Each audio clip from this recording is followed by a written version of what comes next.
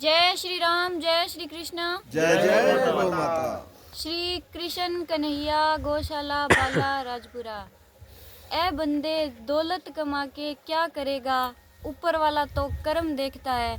कभी किसी दूसरे की खुशी की वजह बन के देख, कितना सुकून मिलता है, कितना सुकून मिलता है। जय गौ माता। आपके पास गाड़ी है, बंगला है, अच्छा बैंक बैलेंस है, इसके बाद भी आप खुश हैं, आपकी ज़िंदगी हैप्पी है, इसकी कोई गारंटी नहीं है। तो दुआओं का बैंक बैलेंस अगर आपके पास है तो आप निश्चित ही खुश रहेंगे। किसी बेसहारा की, बेजुबान की, ज़रूरतमंद की मदद करके उसकी खुशियों की वजह बनो। दुआओं का बैंक बैलेंस बढ़ाओ, आपके पास खुशियाँ बहुत सारी होंगी। जय गौ माता। बहुत ही बढ़िया, बहुत बढ़िया भाई। सभी को राम राम। दुआओं का बैलेंस बढ़ाओ, और वो दुआएं अगर माँ के द्वारा हो जाएं, अगर एक माँ अपने बच्चों को अगर दुआ देती है तो ये मानो कि आप निश्चित रूप से बहुत अच्छा कर रहे हो। और अगर ये दुआ मिल जाए तो जीवन में कोई भी कठिनाई नहीं आएगी। तो बिल्कुल सही बात की है भाई बिटिया ने, कि अगर कुछ करते हैं, कुछ करके अगर दुआएं, हमें सिर्फ दुआएं लेनी है। पैसा, ये बात सही है कि पैसा, गाड़ी, बंगला सबके पास होता है, लेकिन अगर हम कुछ अच्छा करके समाज में, अगर लोगों के दिलों में राज करके, लोगों की मतलब दूसरे लोगों से तारीफ सुन के अगर कुछ कमाते हैं, असली धन दौलत वो है। तो बहुत ही बढ़िया बात की है बिटिया ने। और वास्तव में आज फिर हम अपने चलते हैं। अगर हमें सभ्य समाज बनाना है, अगर हमें अपने बच्चों में संस्कार डालने हैं, अगर हमें आने वाली पीढ़ी से सेवा करवानी है, तो निश्चित रूप से हमें धार्मिक आस्थाओं से जोड़ना पड़ेगा।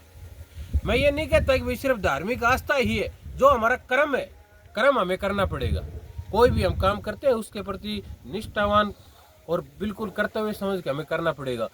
कोई भी अगर किसान खेती करता है तो उसको काम करना पड़ेगा। कोई बच्चे जैसे पढ़ने वाले बच्चे हैं, उनको पढ़ाई पे मेहनत करनी पड़ेगी। लेकिन अगर हम उसको धार्मिक आस्थाओं के साथ जोड़ते हैं ना, तो कहीं न कहीं वो रास्ता, वो मंजिल हमें आसान लगेगी। तो और कोई भी काम करते हैं वो दिल से करना चाहिए। अगर कोई हम काम की ठान लेते हैं, अगर दिल से करेंगे तो निश्चित रूप से वो होगा। इसका उदाहरण आप हमारी ये टीम ले सकते हो। ये टीम हमारी, जो जितने भी हमारी जो पीछे आप देख रहे हो, जो ये टीम के साथी हैं, ये किसी दबाव में या किसी के उससे नहीं आ रही है। इनकी खुद का अपनी एक इच्छा है, खुद की एक सोच है कि भाई गौ माता के लिए कुछ किया जाए। मैं आपको बताना चाहता हूँ, ये जितने भी साथी हैं सारे अपने काम धंधे वाले हैं। ये कोई गौशाला में की टीम नहीं है। ये सारे, कोई अपना जमींदार है, कोई दुकानदार है, कोई भाई सर्विस वाला है। ये सिर्फ सुबह 2 घंटे इस गौशाला में देते हैं। इनके पास कोई किसी प्रकार का इस गौशाला का कोई लेखा जोखा, कोई हिसाब किताब नहीं है। गौशाला की जो कमेटी है वो अलग से काम कर रही है, भाई गौशाला में क्या करना है, कहाँ से पैसा आ रहा है। ये टीम सिर्फ 2 घंटे काम करती है सुबह सुबह, और गौशाला के प्रति इनका कोई वो नहीं है। लेकिन इनकी ये सोच है कि हमें, हमारे पास ये सुबह का टाइम है ना, ये हम कहीं न कहीं इस गौ माता के लिए निकाल सकते हैं। सुबह 2 घंटे, 5 बजे आते हैं, 7 बजे घर चले जाते हैं, अपना अपना काम धंधा करते हैं। बस इतना ही है इस टीम का।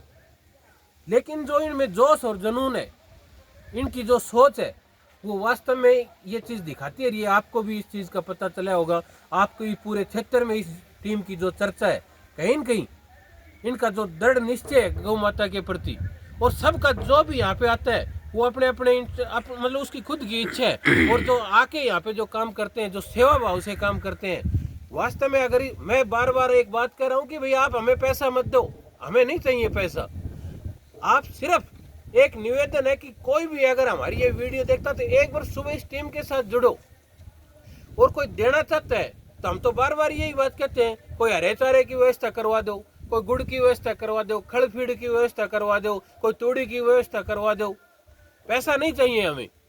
तो हाथ जोड़ के रिक्वेस्ट है कि जरूर से जरूर गौ माता के लिए, आप कहीं भी रहो, गौ माता के लिए जरूर आस्था बढ़ाओ।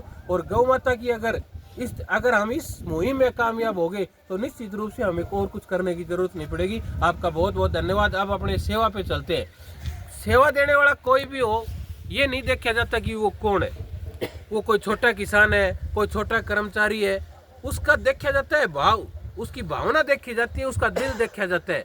और आज हम जिसकी बात कर रहे हैं, वो एक ऐसी शख्सियत है कि वास्तव में उसका बहुत बड़ा दिल है।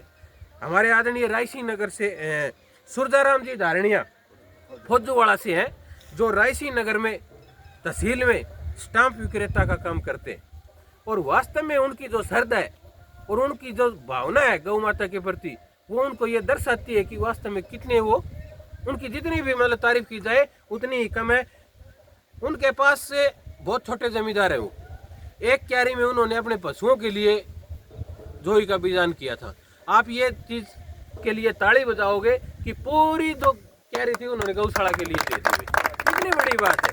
और जब भी उनको मौका लगता है, जब भी उनको ये लगता है कि अब मतलब लगातार कोई फीड की बात हो या खड़ की बात हो, तो वो गौशाला में जरूर पहुंचाते हैं। और हमें खुशी की बात इसलिए है कि वो हमारे साथ जुड़े हुए हैं, हमारी गौशाला के साथ जुड़े हुए हैं। आदरणीय सुरजाराम जी धारणिया जी, आपका कोटि कोटि धन्यवाद हमारी पूरी टीम की तरफ से। वास्तव में आप जैसे लोगों के कारण ही ये गौशालाएं हैं। सुरजाराम जी धारणिया फौजूवाड़ा से आपका बहुत बहुत धन्यवाद। और भाई आज एक सेवा, आज हमारे एक बेटे का जन्मदिन है, सौरव भाटी सनोफ आदरणीय चेन्नाराम जी। तो पूरी टीम की तरफ से, कहाँ से? हिरनावाड़ी से। तो भाई हमारी ये राजपुरा गौशाला की पूरी टीम की तरफ से सौरभ बेटे को जन्मदिन की बहुत बहुत शुभकामनाएं, बहुत बहुत बधाई हो। जीवन में आप खूब उन्नति करें, खूब प्रगति करें, पढ़ लिख के अच्छे आप बहुत ही अच्छे इंसान बने। और जब भी कोई भी घर कहते कि बड़े बुजुर्गों से जो चीज़ें बच्चों को मिलती है वही सीखी जाती है। वो सौरभ जी हमारे आदरणीय, जो आज ये टीम खड़ी है यहाँ पे, आज जो ये मुहिम चल रही है, जिनकी सोच के कारण चल रही है, वो हमारे आदरणीय शिवचंद जी के भाणजे हैं भाई।